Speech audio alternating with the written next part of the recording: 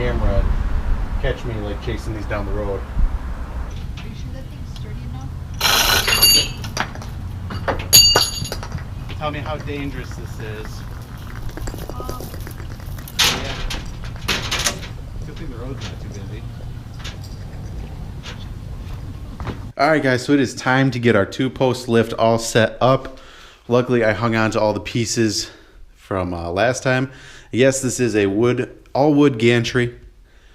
It is constructed of 4x4s and 2x6s. And we went pressure treated on the 4x4s. I don't know why, but this thing has been in storage for the past year. The uprights, they did kind of twist on us as they dried out. It made it a little bit difficult to set up because the legs kind of wanted to fold over on themselves when you got to a certain point. But we were able to get that all set up. This definitely is not the sturdiest, and it's not the most ideal solution for this. But when you're balling on a budget, this is what you do. All right, so now that the gantry is up, we're going to go ahead and get these wheels off. We're going to switch back over to the stock tires. The truck will not fit in the garage with the headache rack with the 22.5s on, so we have to switch back over to the stock wheels in order to get it in the garage. So we're going to pop these suckers off. It'll also make it a little bit easier to work around the smaller tires. I was asked if after I put the new transmission in, if I was going to go back to the stock tires, and no, it looks so goofy to me. We got the factory tires on, so now we're ready to start tearing it apart. So we're going to go ahead and get everything up front disconnected, get the cooling stack off the front of the truck, get the cab disconnected from the frame, and then we're going to go ahead and get the cab pulled.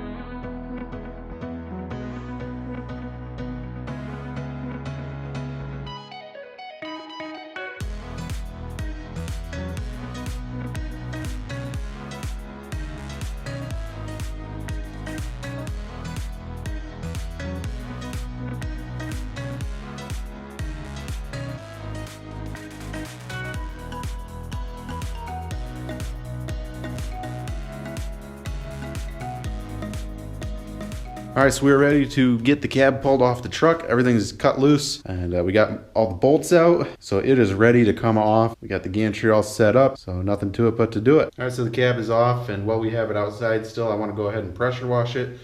We do have a couple of leaks on the engine that I want to get fixed, and it'd just be much nicer to do with a clean engine. I also do plan on repainting the whole engine while it is apart like this. Give it a nice, clean, fresh look. All right, so cab is off, engine is clean.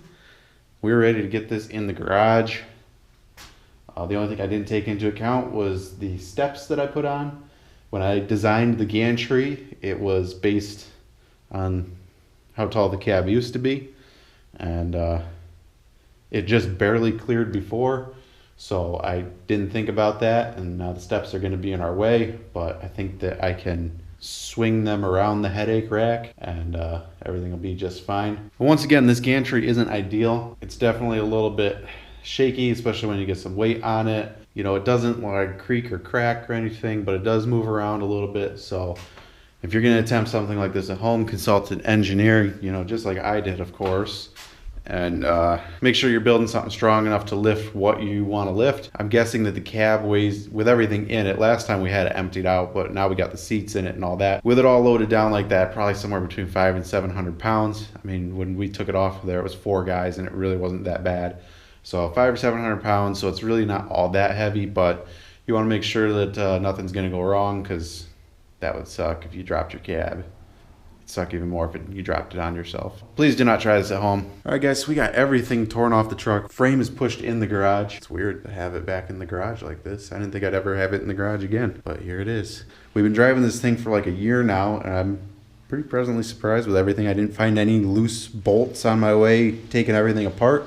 Everything came apart really nicely. It's way easier the second time. It kind of amazed me that this took me almost a year to build, and I was able to get it down to this state in like 8 hours. Yeah, so now we start this process again. So I have had some questions why we were pulling the cab, just to swap out the transmission.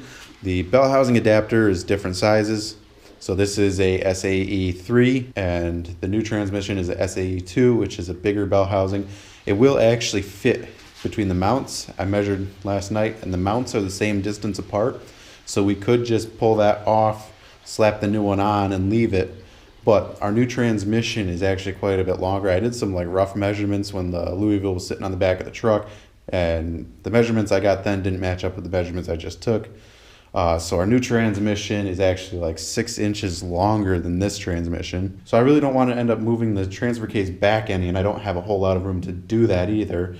And I didn't really leave myself a lot of room in this slip yoke here. I told him to make it as short as he could, and he welded in like a 1-inch piece, and I don't know if that's like necessary, so we might be able to get that shortened down, and that would give us another inch. Actually, I think it was like 1.5 inches I measured last night. And then we do have about 1 inch in the slip yoke, but I want to try to move the engine forward slightly. We actually were rubbing right here. This mount was rubbing the floor just a little bit. Head bolt here was also rubbing the firewall just a skosh, and that's really all that was touching. But I also took some measurements before we took the core support off, and we have about 1.75 inches before the engine mount here will hit core support. So we're going to try to move the engine forward 1.75 inches, and we might end up remaking these rear mounts. I'd like to make them shorter. That way we don't have issues like this. Plus some guy commented and said he didn't like tall engine mounts like that. So for him, we're going to fix that. And so that'll give us 1.75 inches up there, plus 1.5 inches and 1 inch, and it's still going to be too long, but we're going to figure it out. Still got to figure out the rear yoke situation too. We might end up just getting a conversion U-joint to go from the big one to the little one if I can find one. But I'm not great with universal joint stuff. We'll have to get that figured out. I would also like to upgrade the yokes on the transfer case, because those are both 1330 U-joints, which are fairly small. So it'd be nice to upgrade those to 1350s or bigger. But we haven't actually had any issues with the U-joints themselves. It's that spline shaft that we had an issue with. But if we upgraded to 1350 or even bigger, we could get a bigger spline shaft for that rear drive shaft. All right, guys, so that is going to be a wrap for this video. We got everything torn down nicely, and we are ready to start the next steps here, get this transmission out, get the bell housing adapter changed out, start building new mounts, replace some gaskets, reseal some stuff, and get this engine painted. So if you guys enjoyed this video, be sure to hit that thumbs up button. Be sure to let us know your thoughts down below in the comments. Be sure to hit that subscribe button so you don't miss out on any of this mediocre content. Alright, I'm gonna go. Have a good one. I don't know why I'm standing here where I am, but